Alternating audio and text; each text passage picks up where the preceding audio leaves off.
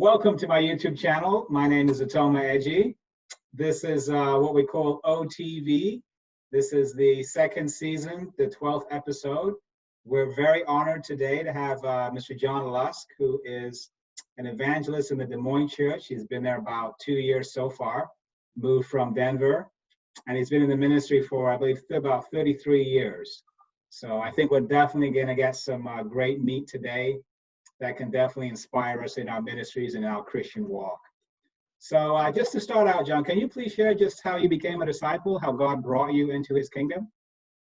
Yeah, and let me just thank you for the opportunity to be on here with you, and I applaud you for doing this. It's pretty cool that you have this platform, and it seems like it's going really well. So thank you for including me in it and providing this service to so many other people as well. Yeah, my conversion, I'm naturally such a cynic when it comes to faith and believing in things like Bigfoot and Loch Ness Monster and things like that, and ghosts.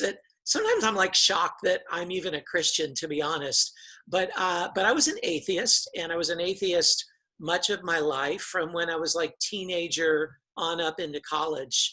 And I used to even publicly debate against the authenticity of the scriptures and the existence of God.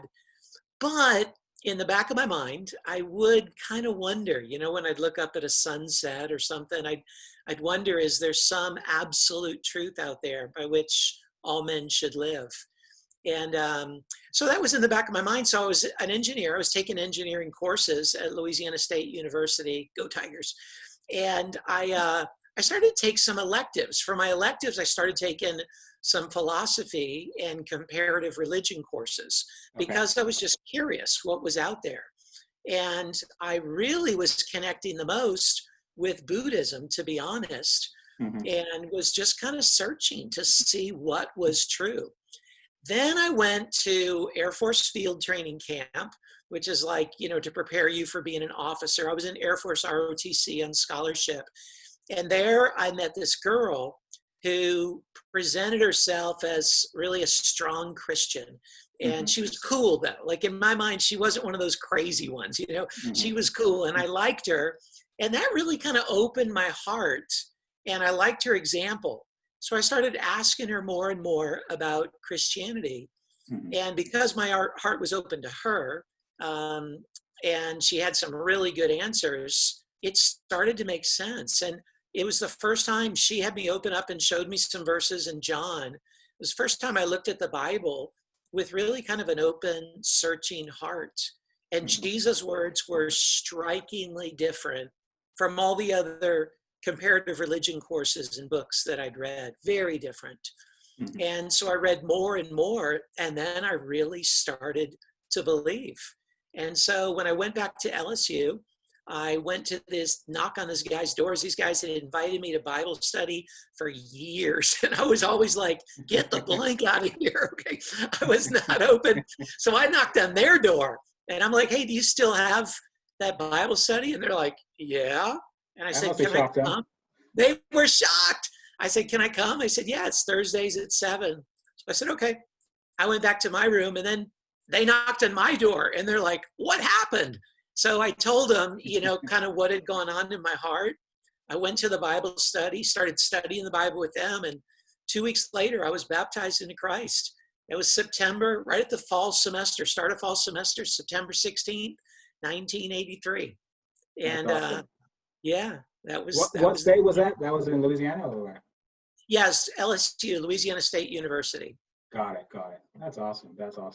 Well, I'm so glad that sister invited you out and, kind of enlightened you a little bit through the book of John to where you are today. So that's definitely awesome. We definitely appreciate that. So you're widely regarded in some ways a preacher of preachers. And I can say that. You can't, but I can say that. And I just wanted to know, what would you say are some of the factors, some of the ingredients that kind of came into play that you think to really help you to become where you are today? That's a good question. And that's probably a whole podcast in and of itself, right? It's just so much. But I do love preaching, and I believe in the power of oratory. You know, when you read in the Bible, you see verses like, there Paul spoke so effectively that a Right. large number of people believed. And, you know, you can see it in the Bible. It's a biblical principle that the spoken word of God done effectively can really transform lives. And historically, even outside of the context of Christianity, you see movements led by speakers, leaders who were powerful, stirring speakers.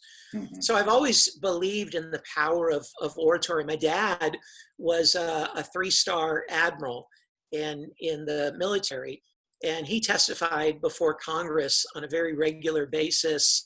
He was in Washington doing a lot, and he was a really good speaker. And I grew up just hearing him tell stories, and he was really good at it. And I think a lot of those things rubbed off on me. And even as a kid, you know, we had 6 kids in our family. Every night at dinner, each of us had to give an oral report on some current event. Oh, baby. Believe it or not, I look back on that. I'm like, how did we do that? But we did.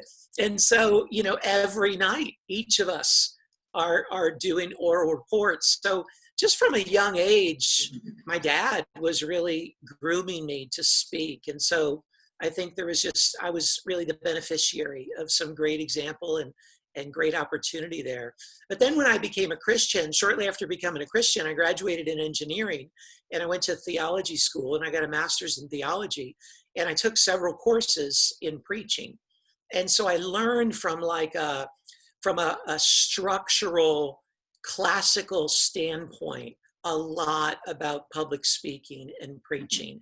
And I'm really glad I did, because so many of the things that I learned structurally in those days still are things that I lean on in my preaching. And so it gave me a better understanding than many untrained people are able to have.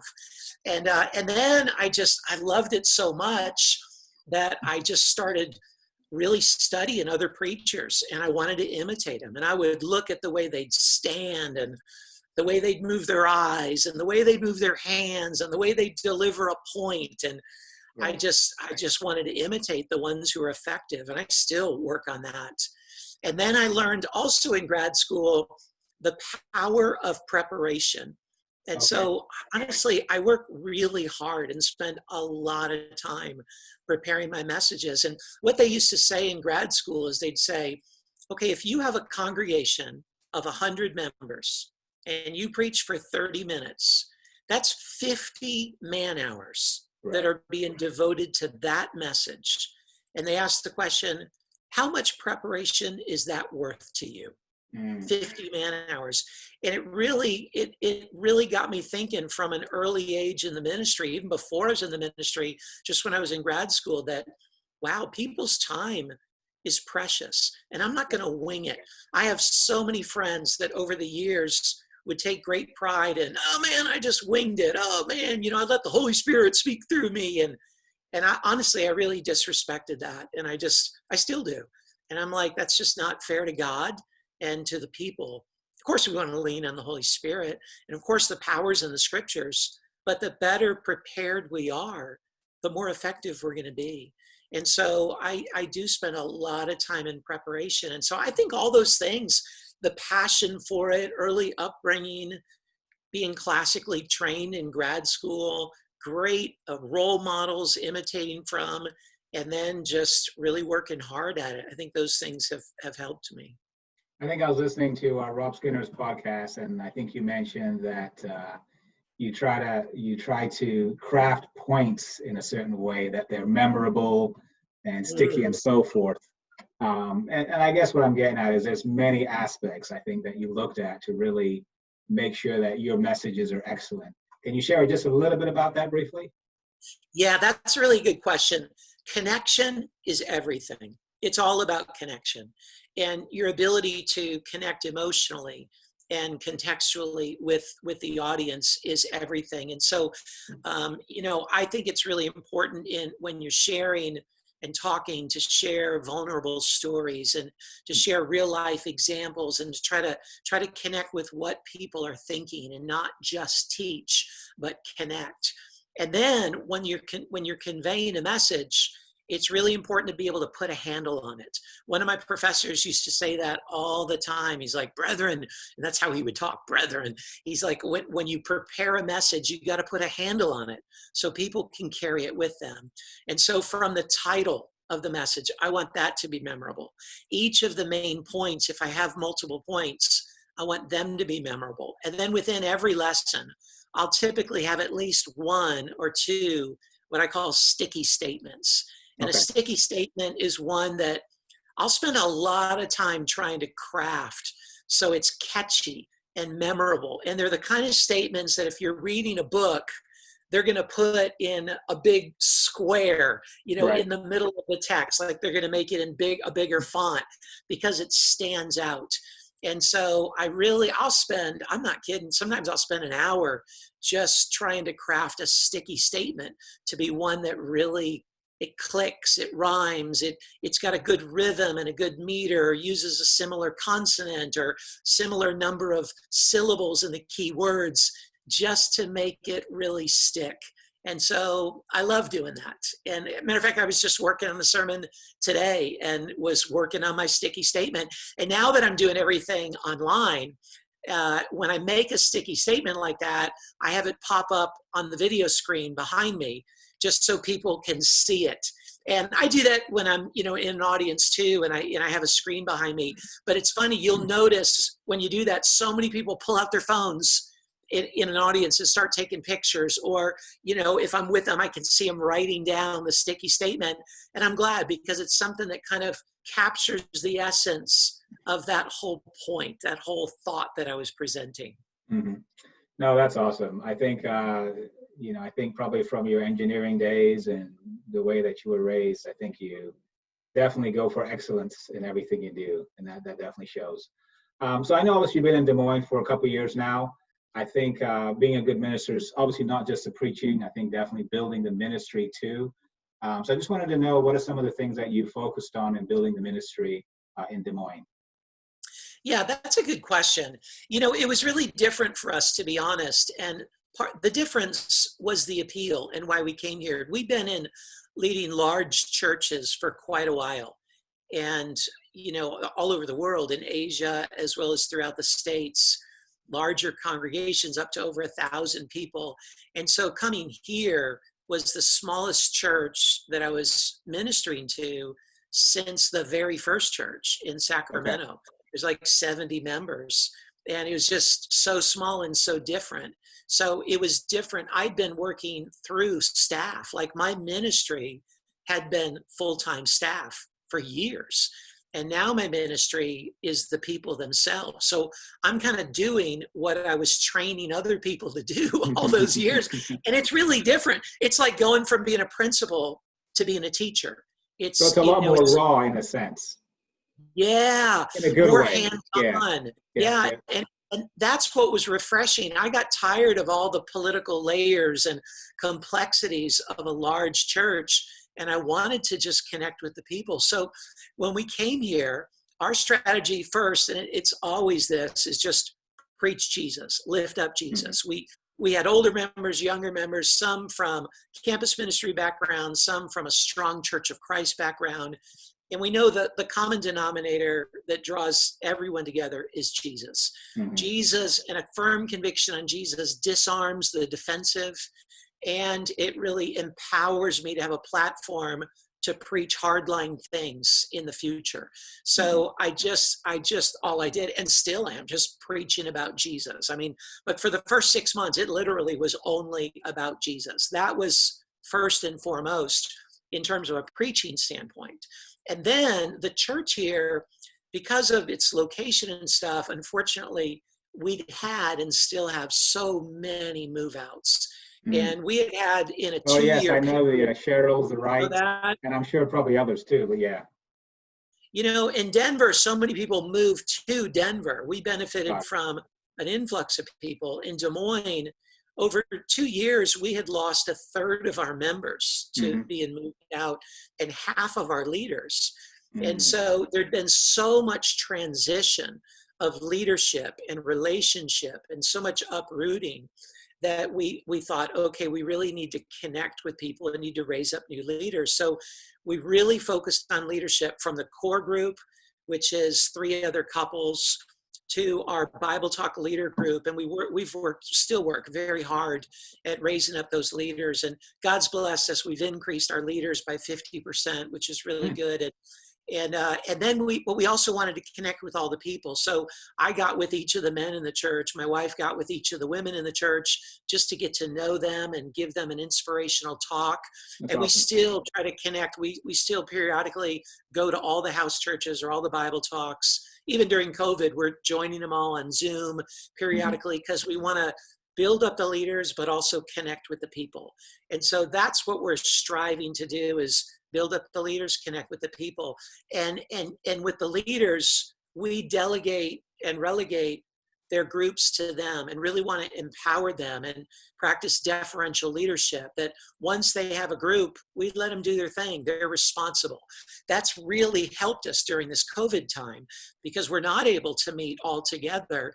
And yet our Bible Talk leaders, house church leaders, were very capable, and their groups are very unified. So it's really been business as normal in terms of their groups functioning like that.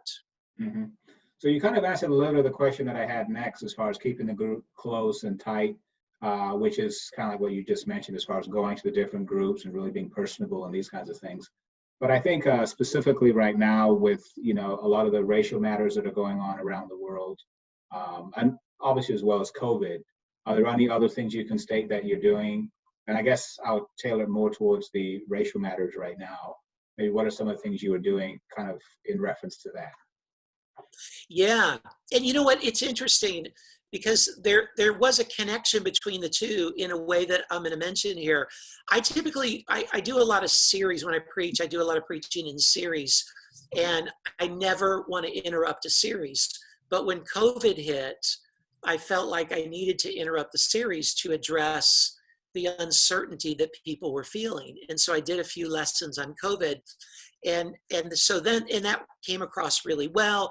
After I do a lesson, everyone watches it, and then they schedule a Zoom meeting with their groups, and I give discussion questions each Sunday in the sermon. So they have discussion questions that they discuss in their groups. And so actually during this time, the focus of our discussion and the depth of our fellowship has really increased. It's like, rather than just kind of shooting the breeze with a few people, we're like having the whole group, everyone's seeing each other, and we're discussing really pointed, pre-planned questions and getting really deep. So that was really helpful. Well, then when the racial tensions hit, a sister in our church who was particularly touched by these things, given her background, she asked me, she said, well, you interrupted your series because of COVID to preach about COVID. Are you going to interrupt it to address these racial issues? And it was really a good point, because a lot of times my philosophy, and the philosophy of a lot of white evangelists, I would dare say, is kind of like, okay, privately we can talk about that, but don't bring it up publicly, because it's just going to kind of create more turmoil. But a lot of the Black members feel like the churches they came from, they're used to that being addressed from the pulpit, the predominantly Black churches. The church was a place to talk about it. And they see all these other churches on the news and with their friends all addressing these racial issues. But here in our church, we're not talking about them. And so I appreciate that sister challenging me that, hey, are you going to address this? So I did. I put together a sermon I called Consider, and just interrupted the series just to talk about the racial crisis and racial tensions that all of us were feeling.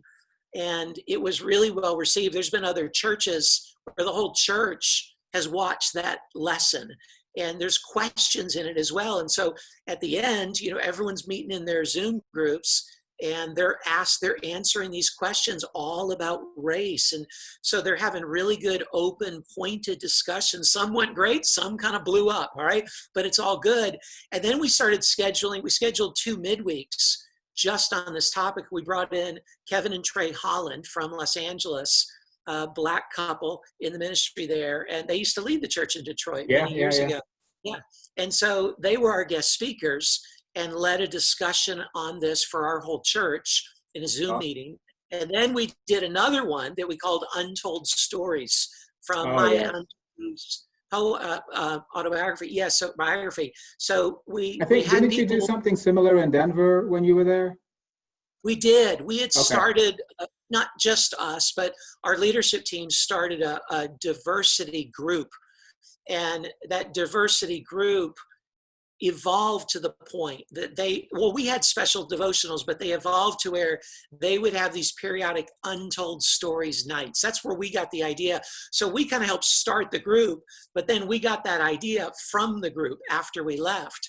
And so we had several of our Black disciples just share their stories of what it was like growing up and living as a Black man or woman in America, and what it's been like in the church, the good and the bad.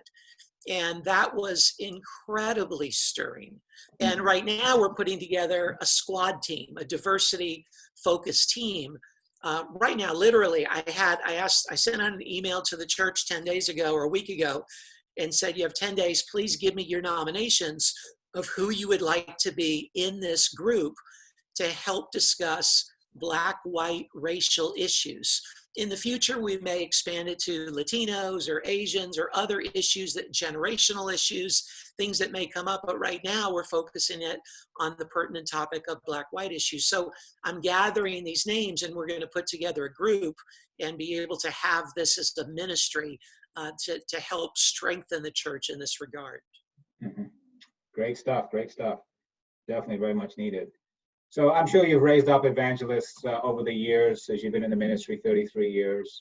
I just want to know, what are some of the things that you try to either implant on a heart level or just on a teaching level for evangelists? And I'm sure it varies from individual to individual, but generally speaking, what would be some of those things that you try to implant? Yeah, that's really a good question, Ro. I'll say, there's such a joy when you help someone become a Christian, right? There's just, you give birth spiritually. It's God who does it, but when you're a part of it, there's such a joy. Likewise, when you appoint an evangelist, it's such a rare thing, but it's just such a joy to see you truly reproducing yourself, or appointing an elder. It's a whole different kind of joy, but I love being able to do that, and love the brothers for whom I was able to appoint. And, I just love that. There's so much that goes into it. I think for someone to get to that point, they have to have a unique heart, faith, and talent. And those are kind of like the three raw materials that I always look for. There has to be a heart, faith, and talent. Not just anybody can become an evangelist. Anybody can become awesome and fulfill God's purpose for them, but it's He who gave some to be evangelists, right? God has determined that. And so I think it takes a unique heart, faith, and talent. So they have that ability, but then they have to have within that heart to be trained, and the heart to imitate and then improvise, and the heart to be a learner, and then the heart to just motivate themselves and go beyond what they've been taught. And so I really love working with people that have that heart, and yet they have the raw materials of the talent, the character strength, the people connectivity ability, the intellect, the emotional durability and stability to be able to do it, that then when you're training them, they're able to really sustain it. And so once I feel like I've taught them enough that they could go off on their own and start a church that's going to grow and thrive from nothing, that's when I consider them ready to be appointed. That's kind of my standard. And specifically, my final thing is I ask, who have they raised up? Have they been effective in raising up other people to go into the ministry and to be leaders like themselves? And, because I think an evangelist makes evangelists. And so once they have that kind of fully trained, quote unquote, ability, and they've proven it by reproducing themselves in their role, then I appoint them as an evangelist. That's awesome. That's awesome. So you've been a disciple many years, obviously. And I think I think there's a lot of things that can come in there, you know, hard-heartedness, pride, crustiness, all these things. And I'm sure, you know, they come in and you have to work on getting them out. But how would you say, you know, you've kept spiritual and healthy all these years? What are some of the Man, secrets? that's another good question. And what a mouthful, right? You know, when we sing that song, Amazing Grace, and we sing, through many dangers, toils, and snares, I have already come. Man, when I sing that, I kid you not, I picture so much stuff like dangers, toils, and snares, all, you know, from Bangkok to early campus ministry days to open forums in Denver to, you know, recent challenges that we had in Denver to health struggles. And all those things, I look back and I go, my God, you know, how have I been able to make it through? And it's only by the grace of God. It's only by the grace of God. But you know, those challenges are the things that make you or break you. And how you respond during those difficult times, whether you get better or bitter, you know, whether they harden you or whether they toughen you. You know, those are the things that really, I think, really define a person and define whether they're going to stay close to God or drift from God. And I've just been fortunate in most of those really difficult times to somehow, by the grace of God, learn lessons from it and repent of the things that are revealed through it, not make light of the Lord's discipline and not lose heart during those difficult times, but persevere and get trained by it so I can learn and be closer to God.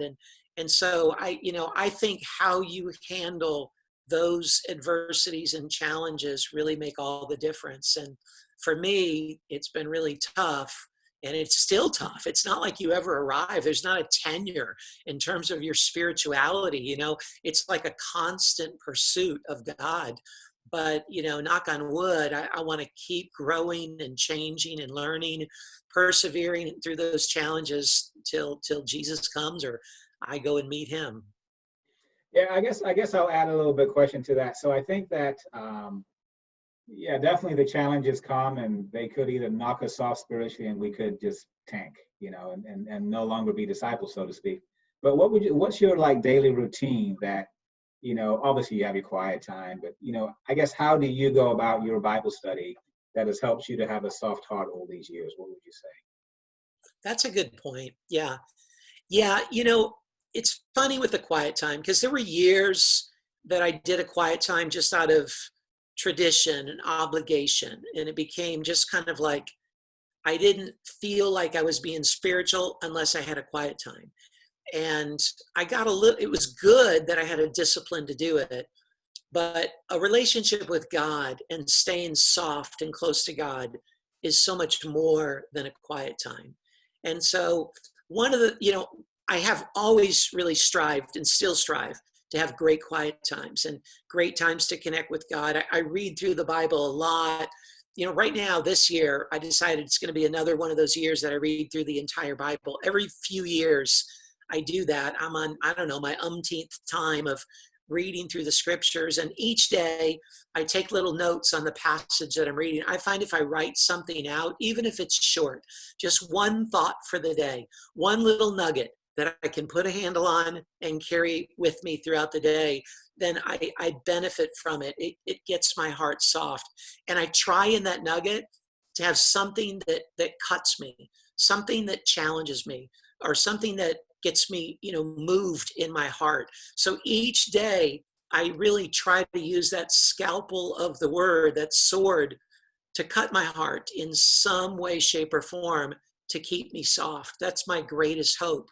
And so quiet times are a big part of it, but I've broadened it to where throughout the day, I really try to meditate on God's word and think about God's word and think about God. And maybe it's not part of my prayer time, but it's another dimension to my walk with God, going running and just thinking, or going for a long hike and just thinking about God, thinking about the big picture of life, thinking about where I've been, where I'm at, where I'm going. I just never want to just be kind of a cog going through the machinery. I really want to gain a bearing of where God is and where I am in relation to God, and just stay close to him like that. And so that's something that's helped me in my later years. And then another thing, just practically, is every once in a while, I'll change the ministry that I'm a part of and take on another ministry challenge. And that gives me an opportunity to freshen my faith goals and my prayer goals, and reach new people and try to bring the scriptures to life with a new audience. That really helps me. In Denver, one of the things I didn't like about my position is I didn't get much opportunity to preach. And I really love preaching. I was training preachers, but Okay. I wasn't preaching regularly myself. And I realized that preaching, it's a large part of my walk with God. It's like, it's not just a service, but it's one of the ways that I personally connect with God, to be able to tell other people about him. Just like studying the Bible with people. That's not just for them. That helps me to understand all the good things I have in Christ, active in sharing my faith like that. And so here in Des Moines, one of the reasons I came here was that I can preach all the time. And man, I've been in more Bible studies and preached more times in the last 2 years than probably the previous, I'm not kidding, probably the previous 5 years in Denver. And so that helps me spiritually, just to connect with God and worship him by using the gifts that he's given me and serving him in different ways like that. Mm-hmm. So that's awesome. I know one of the things you're into is archery, and you have a YouTube channel that's cranking. I wanted to find out, obviously that's one of your hobbies. What would you say is the importance of hobbies in your life? Man, big time importance. I think in my early years, it was of the ministry, it was almost like a hobby was a sin. It was like, you can't, you would never hear spiritual leaders talking about hobbies. And a matter of fact, in a lot of my sermons, I would kind of say, you're spending too much time in your hobbies. Like, it was kind of a repetitive challenge that I had. But then there was a time when I moved to Asia that I was talking to Scott Green. I had just gone to Asia. He was in Hong Kong leading the ministry there. God bless him. He's up in heaven. And so I was talking to him and saying, bro, what's the secret to making it as a white American living in Asia? How do you do it? How do you sustain yourself? And right away he said, sources of strength. And I said, what? And he said, you got to figure out your sources of strength. And I said, what do you mean? And he talked about the stress of the ministry and the stress of life in Asia in general, in such a big, densely populated city and polluted city. And he said how he had been burning out until he realized, you know what, I better figure out what puts back into me, because more is coming out than's going in. And of course, you want to get more from your relationship with God, but God gives us other avenues to replenish our strength. Mm-hmm. And I'd been overly spiritual, just trying to replenish my strength with God. But there's other avenues God gives us. And he talked about that. He talked about having a hobby. For him, it was working out and it was volleyball. Those were his fun things that replenished him. And so he said, you better find something like that. So when I was in Asia, first it was basketball because the brothers really like that. Then it was racquetball because I really like racquetball. and then when I went back to the States, I was able to start hunting again. And I grew up hunting. And man, hunting to me, that's like to get out in nature. I'm a naturist in that regard, and I really need to be around nature, and I connect with God by seeing what he's created. So going hunting and spending time in the outdoors, oh man, it filled me up as much as a quiet time. And I'm not saying it's instead of a quiet time, it's in addition to it. And God gave me that avenue. And so that's turned into so much. I love to bow hunt, but now I have this YouTube channel, like you said, and with that, I can generate some revenue, which pays for my bow hunting, which is nice, but it also gives me a platform to reach out to people. And I have a big audience. I have over 6 million views. And there's times I'll let people know I'm in the ministry. I'll encourage them to watch my sermons. I have people that were viewers on YouTube that now are regular subscribers on our church YouTube channel to my video all over the country. And so I like having kind of some crossover and just having that avenue to use my talents and get my juices flowing. That gives back to me. Because it makes me happy. It replenishes my serotonin and my adrenaline. It fills my cup.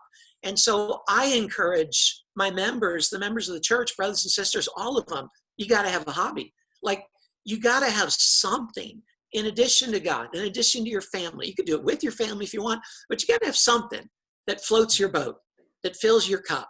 And that's not unspiritual. That's something God gives you to help you recharge. Mm-hmm. That's awesome.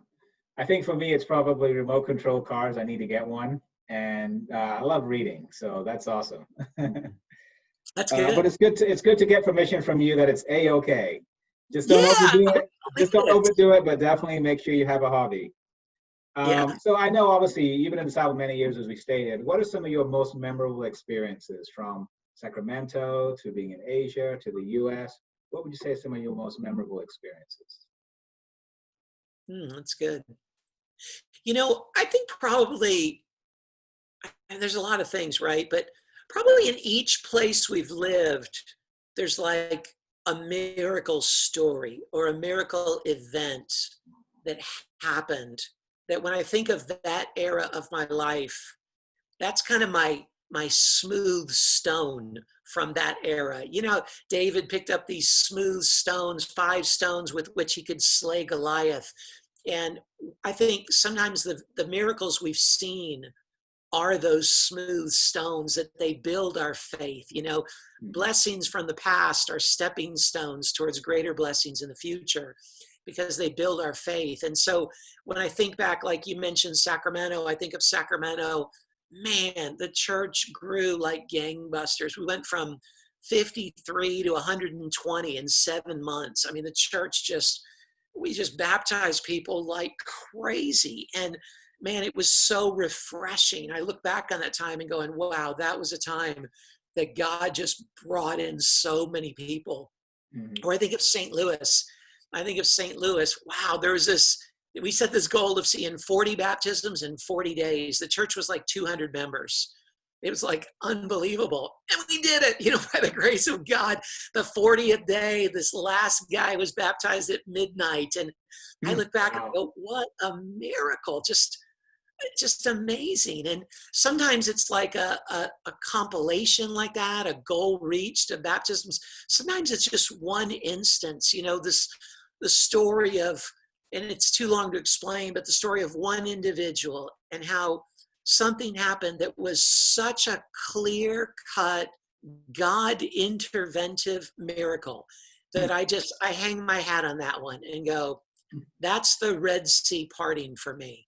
And so I can remember that whole era by that miracle. So I try to really remember those miracles so that they build my faith for the future. Like David said, God rescued me from the paw of the lion, from the bear. He'll rescue me from this Philistine as well. I think we got to remember those past blessings. Mm-hmm. So yeah, those are some of them. That's awesome. We'll have to unpack that another day, some more of those miracles. So I think that every single disciple, in my opinion, is built on a lot of the books that they've read in their lives, for the most part. And obviously the Bible is number one. But what would you say are some of the other books that have really helped inspire you in your spiritual walk? Yeah, that's a good question. Some that stand out to me, like I think of which ones have I encouraged others to read the most? Because the ones that have impacted me the most are the ones that I've taught on and passed on the most. And so if I think of it in that context, I think one of the first was Bringing Out the Best in People. Just this simple book, but such a good little book, a fun read by Alan Loy McGinnis. He wrote that, and he wrote The Friendship Factor. They're both really good, but it's just about leadership and how to bring out the best in people. I still encourage people to find that book and read that book. That really helped me in raising up people and leading people. Or I remember A Tale of Three Kings. That's another one by Gene Getz. Oh man, that changed my life. Just the concept of just God being in control and not being critical of other people, but trusting God and being submissive and humble and trusting God, even when there's like an Absalom or an overbearing king, a Saul around you. So that was a great book. Master Plan of Evangelism. Man, that really shaped me in terms of discipling people and following the example of Jesus. Another just biblically that I've loved and still reference and teach about how to read the Bible for all it's worth. That book, it was a text that we used in graduate school, but that really helped me, and it's helped countless people I've taught to understand how to properly understand and apply the scriptures based on the different genre through which God's message is conveyed. A lot of people just think Old Testament, New Testament, but they don't know of wisdom literature, narrative, apocalyptic literature, gospel, epistle. They don't know what's the difference. And so they misapply a lot of the scriptures because they don't understand it. Even, strong leaders in our churches today. And so that book has really shaped me, biblically speaking, to be able to discern how to apply the scriptures. Those are some of them that I've really liked. That's awesome. Well, thanks so much for taking some time out today and for your service for so many years to God's kingdom. And definitely keep the archery going, keep the spiritual growth, and keep inspiring us with everything you do. Thanks so much for your time. Thank you very much, brother. God bless. Take care.